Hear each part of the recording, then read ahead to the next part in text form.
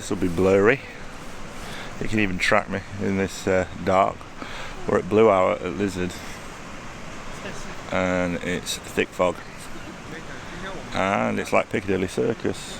There's about 15 people here, all, I presume, coming to look at the sunrise that isn't here. In the background you'll most probably hear, there you go, Lizard Lighthouse, warning the ships that it's foggy and that there are rocks. Be interesting to know if there's any fishermen out there or any people that use the sea. Obviously with GPS I would have thought that this type of warning was redundant. I may be wrong, maybe it's for smaller vessels that haven't got GPS, I don't know. But I can see it being vital pre-GPS, but now I wouldn't know. I'm on the edge of at the slope here, and I don't know if I got vertigo this morning, but I keep feeling like I'm going to fall off. And I keep looking at my tripod. I've checked it about 10 times just to make sure that it's secure, and it is. But every time I look at it, my head goes like this. Ooh. You know, it's one of those that it could be beautiful.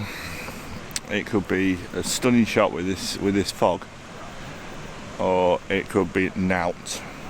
I said to my wife today, do you want to come out? She went, yeah, I'll come out. And then at 4 o'clock I said, right, I'm going, and you come in? She said, no, I'm going to stay in bed. So, comments below, who's the sensible one? I think it's me. Sunrise in the morning. I think Him Who Shall Not Be Named sang that song. So that's not politically correct even to sing it. And there's rabbits. There's lots of lovely rabbits all running around. Rabbit stew, anybody?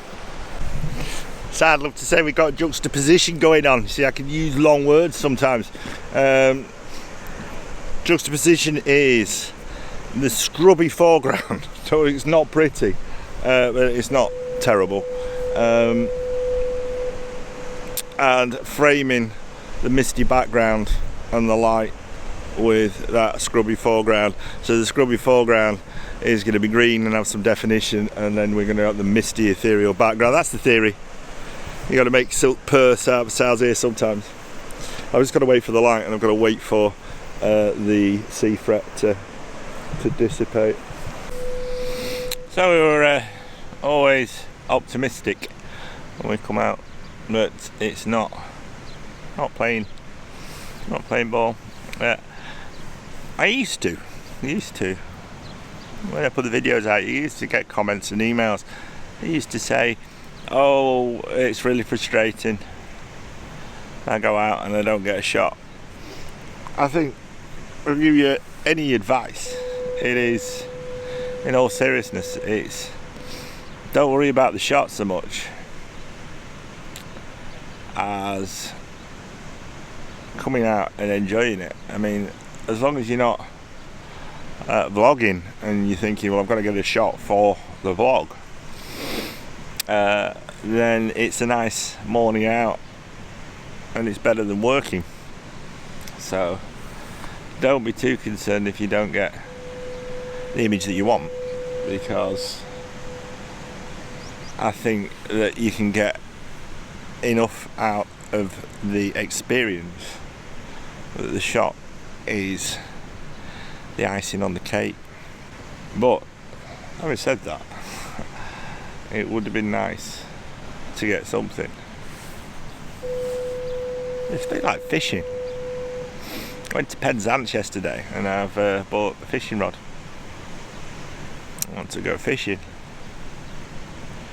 and I won't catch anything, and if I do, I'm going to cook it and eat it and barbecue it, provided it's not a jellyfish.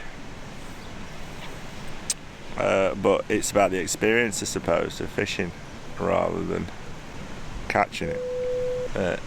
Sitting here, I'm just enjoying the moment, because there's always tomorrow.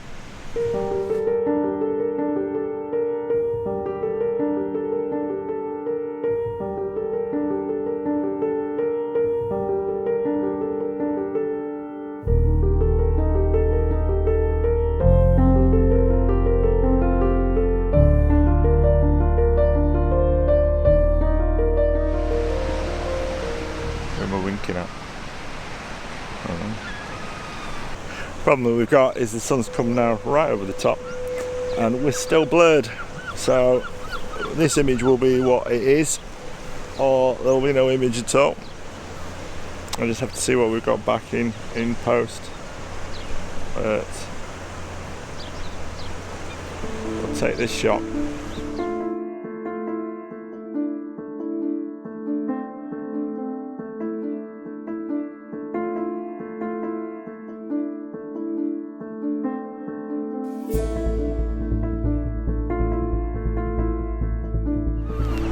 Oh, I've got at least one shot off camera. I've got my 70-200 lens on, and I took a quick shot of the rocks out that are the very southern part of England, with the seagulls on it, at about 80mm f10 with a 6 stop on. So in low tide you can get an image by sitting on those rocks, but today, no.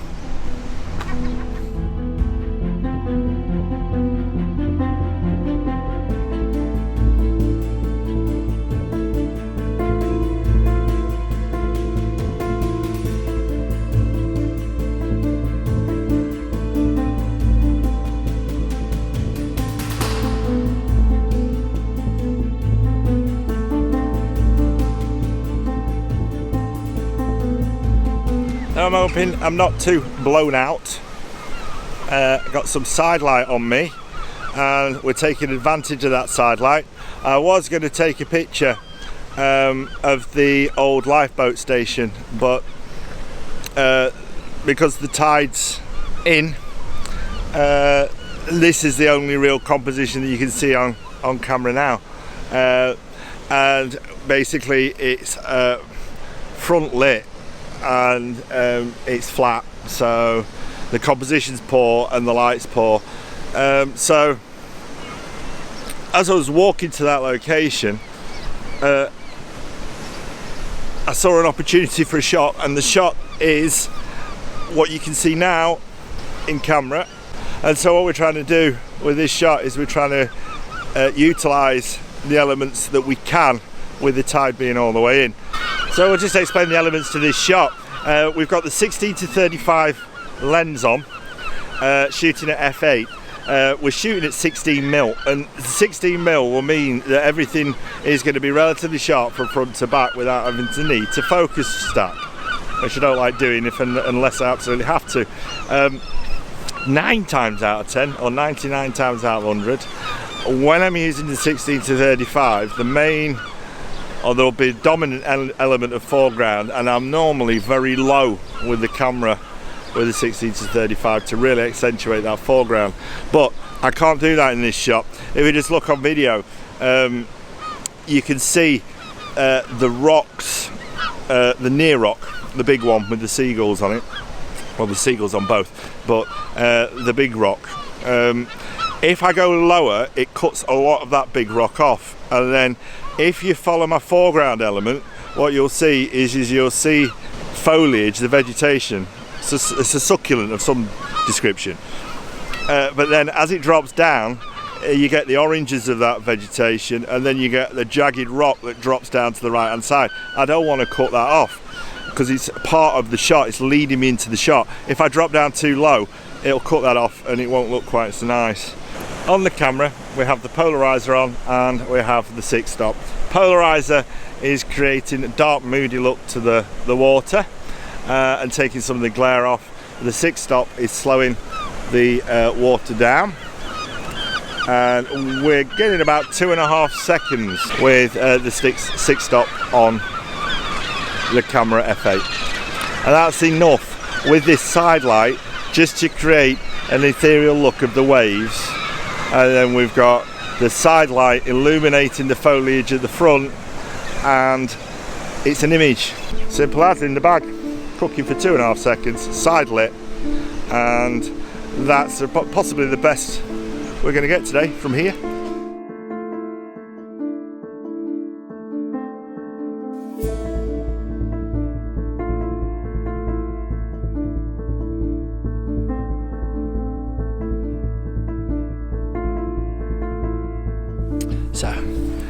I stopped the video. I'd said goodbye, lizard, and peace and all that, but we scrubbed that because driving back to where I'm staying, which is Kenwick Sands, I noticed that the sea fret was still hanging around in the countryside, and I thought, oh, well, that might make an interesting image. And then it disappeared, and then as I started to come down towards the bay, Kenwick Sands itself, I could see that the sea fret was hanging around in the bay. And so what I've done is I'm literally 200 yards from where I'm staying. I've just walked down to the end of the field, and I've composed an image with my 70-200 lens. There's literally nothing on the front other than the polarizer, and I've snapped the sea fret and the beautiful coastline there. Now, there was the option of going down to the bay itself, but then what would have happened is I'd have been caught up in the sea fret itself and wouldn't have got the shot.